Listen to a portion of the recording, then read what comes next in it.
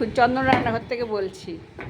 আজকে আমের আচার দেখাবো। হ্যাঁ, এই আমটা আমার হাজব্যান্ড দেখুন কি সুন্দর করে ছুলে দিচ্ছে।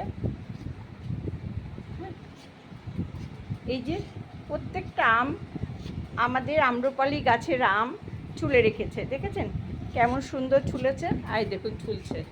হ্যাঁ, এই আমটা পিস করে দেবে। হ্যাঁ, আর একটা আম ঝুরি করে দেবে, সেটা রোদে শুকিয়ে তারপর আচার হবে। হ্যাঁ, তারপর আমচুর গুঁড়ো হবে, এগুলো সারা বছরের সংরক্ষণ। হ্যাঁ, দেখুন কত সুন্দর করেছে। আর এই যে গ্রেটার দেখছেন, এই গ্রেটারে আম কুড়িয়ে দেবে। হ্যাঁ, আর এই যে দেখুন এটা আমচুর করেছে, রোদে শুকিয়ে এরকম হয়েছে। হ্যাঁ, সারা বছর এটা টক ডাল, তারপরে নানা রকম তরকারির মধ্যে, হ্যাঁ, তারপরে এইটা দিয়ে আচার সব কিছু করা যাবে। হ্যাঁ, এটা সংরক্ষণ করে রাখছি আমরা। কাঁচা আম, আমার তো সুগার, আমি তার কত আম খাবো না, আমার ভাগের আমটা কী হবে। এই জন্যে আমার কর্তা সাহেব আমাকে এই আমচুর উপহার দিচ্ছে। এই দেখুন আম ছোলা হয়ে গেল। হ্যাঁ, এটাকে পিস করো, 4 টুকরো করো। হ্যাঁ, 4 টুকরো হবে না, এটা আটি শুদ্ধ করছে না, সাইড দিয়ে দে কি সুন্দর কেটে দিচ্ছে দেখুন। হ্যাঁ, পিস পিস করে কেটে দিচ্ছে। হ্যাঁ, দেখছেন, এই দেখুন পিস পিস করে কেটে দিচ্ছে। হ্যাঁ, পুরো আমটা এরকম সুন্দর করে কেটে দেবে।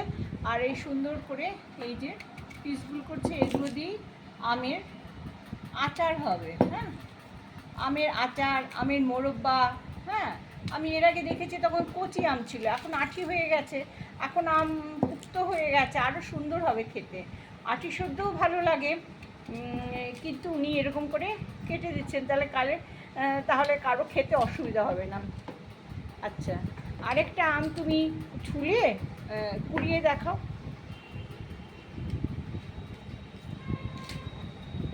দেখছেন এত সুন্দর স্যালাড করে, আপনাদের দেখাবো।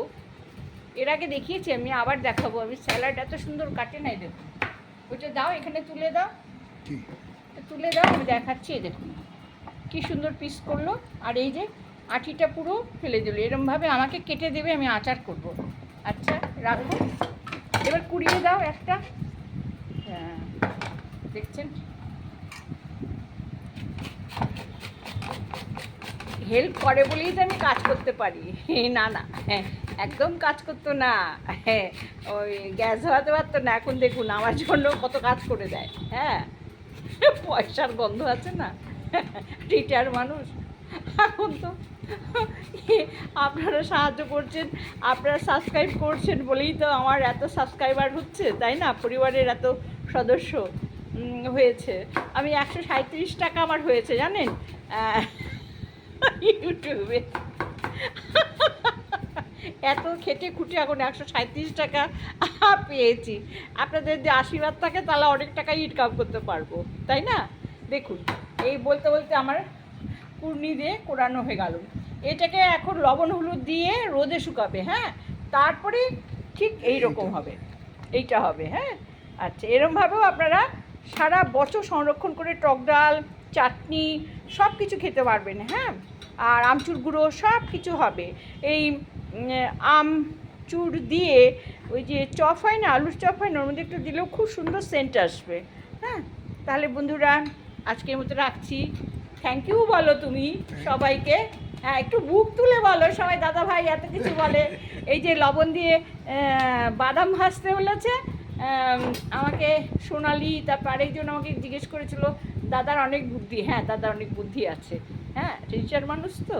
আচ্ছা, নমস্কার বন্ধুরা, রাখছি আজকের মতন।